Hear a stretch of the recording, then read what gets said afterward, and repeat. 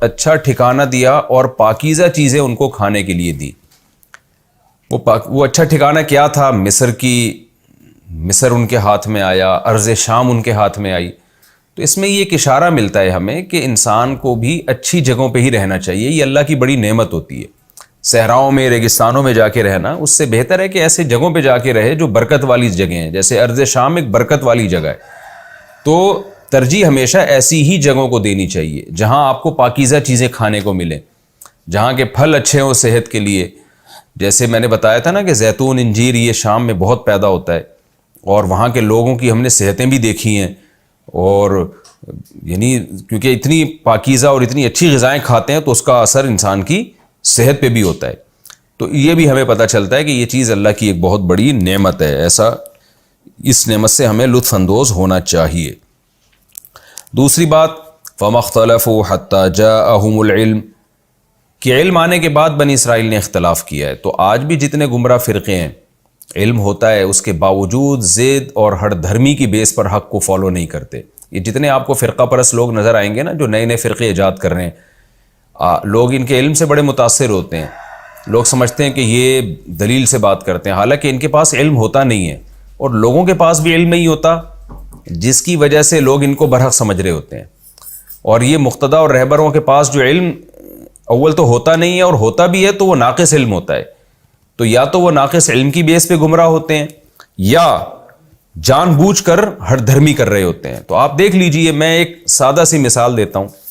آپ نے دیکھا ہوگا کہ اکثر یہ لوگ جو دلائل دے رہے ہوتے ہیں علماء کے خلاف، اہل سنت والجماعت کے خلاف، امت کے متفقہ عقیدوں کے خلاف، اور بڑی باتیں کرتے ہیں کہ ہم دلیل سے بات کرتے ہیں. آپ ان کے دلائل کے خلاف اگر کوئی بیان ریکارڈ کرواتے ہیں تو ان کو تو چاہیے تھا اس بیان کو بہت وائرل کریں، یہ کہ بھئی دیکھو ہماری دلیل کا جواب فلاں نے دے دیا ہے، اور ہم تو دلائل کی دنیا میں جو ہے بحث کرتے ہیں، تو جو ہمارے مخالف نے دلیل دی ہے ہم اس کو بھی بہت پھیلائیں گے تاکہ لوگ دلائل کی دنیا میں دیکھ لیں کیا صحیح ہے کیا غلط ہے.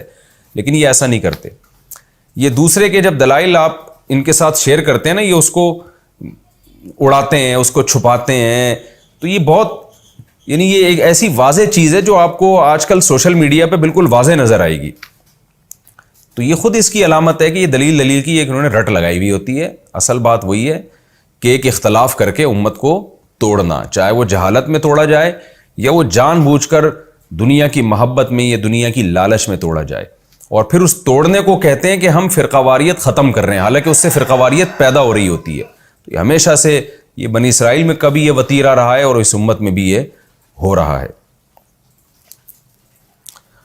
اچھا، علماء نے ایک علامت بیان کی ہے کہ جو چیز بدعت ہوتی ہے نا، جو بھی اختلاف کر کے آپ نیا فرقہ ایجاد کرتے ہیں، اس میں قرار نہیں ہوتا. یعنی وہ صدیوں سے ایک ہی ٹریک پہ چلتا ہوا نہیں آتا، اس میں ہر زمانے میں بہت زیادہ چینجنگ ہوتی رہتی ہے. آپ صحابہ کرام اور تابعین اور تبع تابعین کے عقیدوں کو دیکھ لیں، ائمہ اربعہ کے عقیدوں کو دیکھ لیں جو چاروں امام ہیں، محدثین کے عقیدوں کو اور ان کے جو اختلاف کرنے کا انداز ہے اس کو دیکھ لیں. وہ 1400 سال سے ایک ہی جیسا چلا آ رہا ہے، اور جو اختلاف ان میں 1400 سال سے تھا اسی حد تک اختلاف آج بھی ہے، اور اسی نوعیت کا ہے جس میں شدت نہیں ہے اس اختلاف میں، جیسے یہ فروعی مسائل میں جو اختلاف ہوتا ہے. لیکن ان کے علاوہ جتنے فرقے ہیں، معتزلی ایک فرقہ تھا، جہمیہ ایک فرقہ تھا، خوارج نکلے، ان میں ہر دور میں آپ کو چینجنگ نظر آئے گی. آج ایک رائے ہے، کل دوسری رائے ہے، اگلی صدی میں وہ فرقے کی شکل اور چینج ہو گئی. آج کے دور کے بدعتیوں کو دیکھ لیں نا، کہ آج سے 100 سال پہلے کے آپ کو جو بدعتی ملیں گے وہ ربیع الاول کسی اور اسٹائل میں مناتے تھے، 50 سال پہلے کسی اور اسٹائل میں، آج کسی اور اسٹائل میں، اگلے سال اسٹائل اور چینج ہو جائے گا. کچھ بدعتیں نکل جائیں گی، کچھ بدعتیں آ جائیں گی. تو اس میں قرار نہیں ہوتا، بدعت کے پاؤں نہیں ہوتے. تو جو بھی فرقہ پرست لوگ ہوتے ہیں نا، وہ ایک جگہ ٹکے ہوئے کبھی نہیں ہوتے. آپ جماعت المسلمین جو ایک نیا فرقہ بنا تھا، 50 سال پہلے والی جماعت المسلمین کو دیکھ لیں اور آج کو دیکھ لیں تو بڑی چینجنگ نظر آئے گی آپ کو اس میں. تو خود یہ بھی ایک علامت ہوتی ہے اس کی کہ یہ باطل فرقہ ہے، یہ ڈھل رہا ہے زمانے کے حساب سے نا، اور ایک جگہ ٹکا ہوا نہیں ہے، کیونکہ ان کے اصول اور ضابطے کچھ ہوتے ہی نہیں ہیں. اور پھر ایک علامت ان کی یہ بھی ہوتی ہے کہ یہ دیکھنے میں ایک نظر آتے ہیں لیکن ان کے اندر بہت سارے اختلافات ہوتے ہیں. ہر مسئلے پہ یہ آپس میں اختلاف کر رہے ہوتے ہیں. تو ہر آدمی ون مین شو بنا ہوتا ہے ان فرقوں میں. ون مین شو ہے کہ میں ہوں بس باقی سارے غلط ہیں. تو ہر آدمی ان کا اسی طرح کا ہوتا ہے. اور جو اہل سنت والجماعت ہیں ان میں آپ کو علماء کا احترام نظر آئے گا کہ بھئی یہ میری رائے ہے, باقی دوسرے فقہاء کرام کیا کہتے ہیں, وہ فقہاء کے حوالے بھی دے رہے ہوں گے. اچھا یہ بھی لوگ ایک عیب کی بات سمجھتے ہیں کہ جب آپ دلائل سے بحث کرو تو فقہاء کے حوالے کیوں دیتے ہو. لوگ اس کو غلط سمجھتے ہیں, حالانکہ یہ صحیح ہونے کی علامت ہے, اس لیے کہ یہ دین یتیم تھوڑی ہے. آج پہلی مرتبہ کوئی شخص تھوڑی پیدا ہو رہا ہے جو کہتا ہے کہ میں نے اس دین کو سمجھا. تو اللہ نے اس امت کو بانچ پیدا نہیں کیا, لاکھوں عظیم فقہا گزرے ہیں اس میں. تو تائید کے طور پر ان کے حوالے بھی پیش کیے جاتے ہیں کہ بھئی فلاں کی یہ رائے ہے, فلاں کی یہ رائے ہے, فلاں جو بڑے مجتہد تھے انہوں نے یہ سمجھا. لیکن دنیا میں آج کچھ لوگ ایسے آ گئے ہیں جو سمجھتے ہیں کہ بھئی فلاں کی رائے کا کیا مطلب, میں جو ہوں, میں جو بتا رہا ہوں, میں تو قرآن حدیث سے بتا رہا ہوں. اس کا مطلب جو پہلے فقہاء تھے وہ تورات اور انجیل سے بتایا کرتے تھے, وہ قرآن حدیث سے گویا نہیں بتاتے تھے.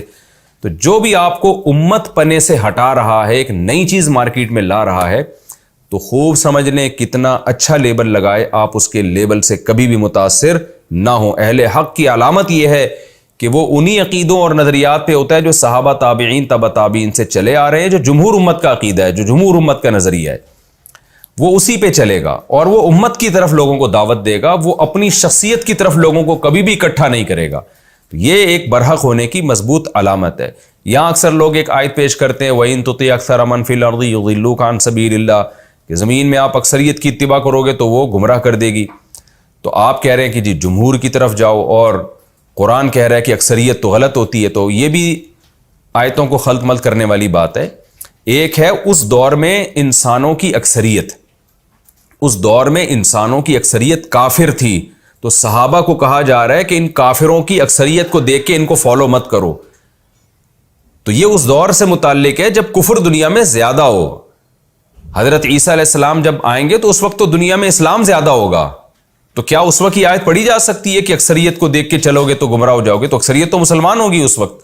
حضرت عیسیٰ تو آئیں گے ہی دنیا میں اسلام کو غالب کرنے کے لیے. اس سے صاف پتہ چلتا ہے کہ یہ جو آتا ہے کہ اکثریت کو فالو مت کرو, یہ اس دور کی اکثریت ہے جو کافر تھی. اگر مسلمانوں کی اکثریت کہیں چلے گی تو مسلمانوں کی اکثریت گمراہ نہیں ہو سکتی, کیونکہ نبی صلی اللہ علیہ وسلم نے فرمایا میری امت گمراہی پہ جمع نہیں ہوگی. تو مسلمان, اور ایک روایت میں آتا ہے اتبعوا السواد الاعظم, اور ایک روایت میں آتا ہے جو مسلمانوں کی جماعت سے ہٹے گا اللہ اس کو جہنم میں ڈالیں گے. تو جماعت سے ہٹنا نہیں ہے آپ نے, ایک نیا فرقہ نہیں بنانا آپ نے. جو امت صدیوں سے متواتر چلی آ رہی ہے اسی کو فالو کرنا ہے آپ نے. وہ غلط نہیں ہو سکتی, غلط وہ ہوگا جو اس سے ہٹے گا, چاہے وہ کتنا اچھا لیبل لگا رہا ہو. تو جو بنی اسرائیل نے گڑبڑ کی تھی وہی گڑبڑیں آج اس امت میں بھی ہو رہی ہیں. تیسری بات ہمیں یہ پتہ چلتی ہے کہ بھئی قرآن کی صداقت کی ایک بہت بڑی علامت ہے کہ تورات اور انجیل میں بھی جو مضامین ہیں اور جو واقعات ہیں قرآن بھی انہی کو بیان کرتا ہے. اور تورات اور انجیل میں آج بھی رسول اللہ صلی اللہ علیہ وسلم کی نشانیاں ہمیں لکھی ہوئی نظر آتی ہیں. اور یہ بھی ہمیں معلوم ہوا کہ ہمیں اپنی ذمہ داری پوری کرنی چاہیے, ہدایت اللہ کے ہاتھ میں. اللہ تعالیٰ نے اس رکوع میں ہمیں یہ بھی بتایا.